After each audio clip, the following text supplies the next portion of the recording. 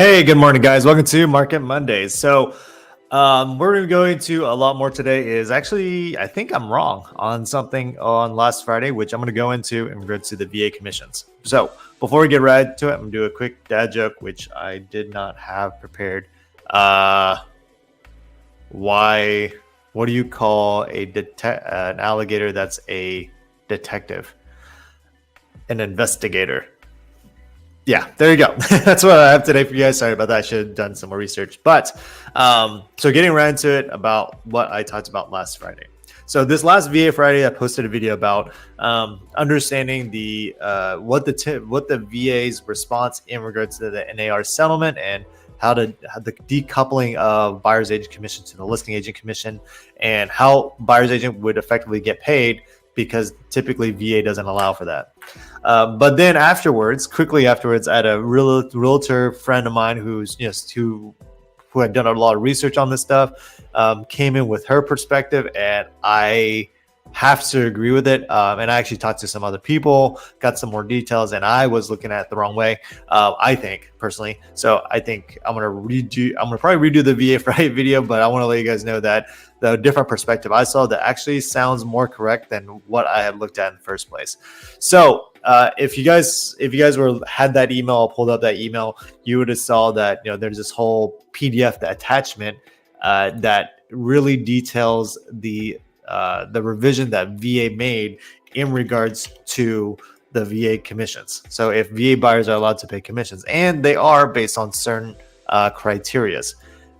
Now, those two criterias are as read. I'm reading it directly from the document itself. It says, VA is authorizing a temporary local variance that allows veterans to pay reasonable and customary amounts for any buyer broker charges, including commissions and any other broker related fees, subject to the following. And these two statements that are following are or statements.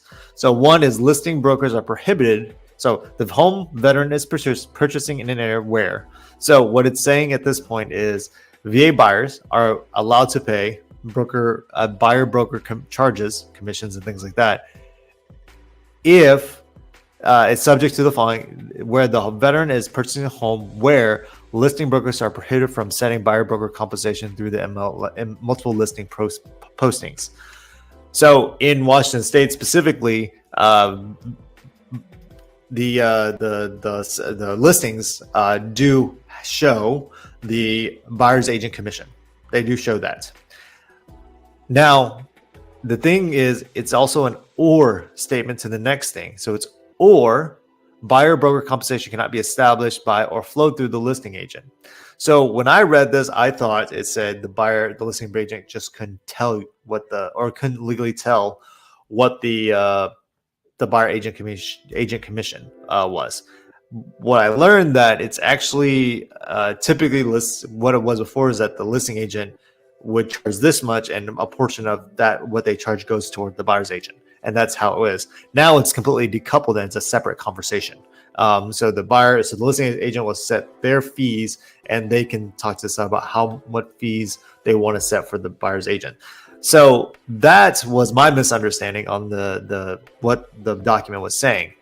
In Washington State, it cannot be established by the listing agent at all. It's actually a separate conversation that the seller sets. The seller is the one that sets it in Washington State.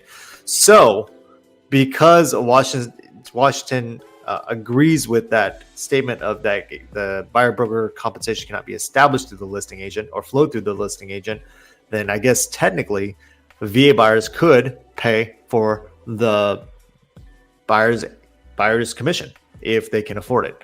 Now, the rest of the document really just goes into how it's presented and all that stuff, but it's more of like, as long as one of those two statements applies and is agreeable, then that's where a VA buyer could pay for those commissions. So for example, Washington,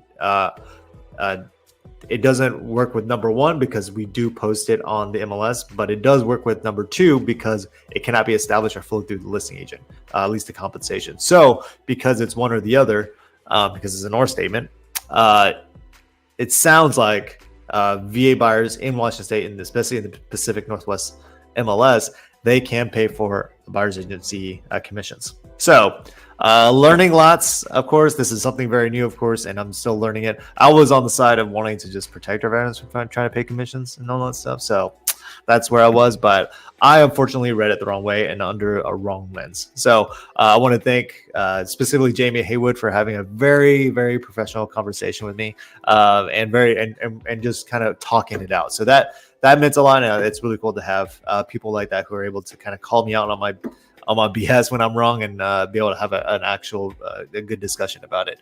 So, but yeah, it sounds like because Washington State falls under one of those two statements, they could. So it has to be no to both, or the no to both in order for VA buyers to not pay for commissions. But as you guys know, most VA buyers don't even have the amount for commission, so it has to just be negotiated in the purchase price anyway, which is what we were doing before. So, but yes, I was wrong. I think it sounds like I was wrong. I agree that I was wrong. I looked at it the wrong way. Still learning, guys. So otherwise, this week, as far as mortgage rates go, rates are kind of been leveling off as far as how far they've gone down.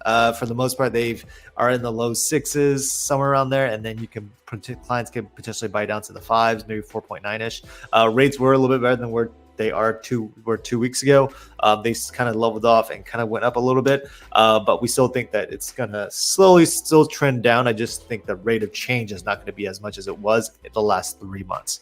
So to give you guys some perspective, in May, rates are well above 7. Now they're well below seven and closer to 6 than they are to 7.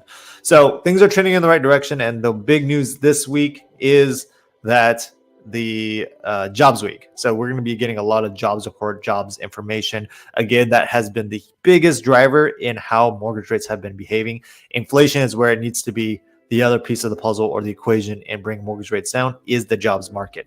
The Fed rate, not so much because it's expected. I mean, Fed rate did the lowering of the Fed rate did help mortgage rates come down when they announced that it was going down, but it wasn't as big as the jobs reports are. So, but again, the Fed rate doesn't necessarily mean whatever direction it goes, doesn't necessarily mean that rates are going to go in that same direction. Sometimes I've seen the opposite based on the economy and how it's all going. So, please don't go out there and start saying, "Oh, the Fed's, lowering rates, therefore mortgage rates are going to go down." That's not how that works. Unfortunately, I wish it did, but rates wouldn't have gotten so high. The Fed rate stopped at 5.5, and rates got up to like 8%. So there you go.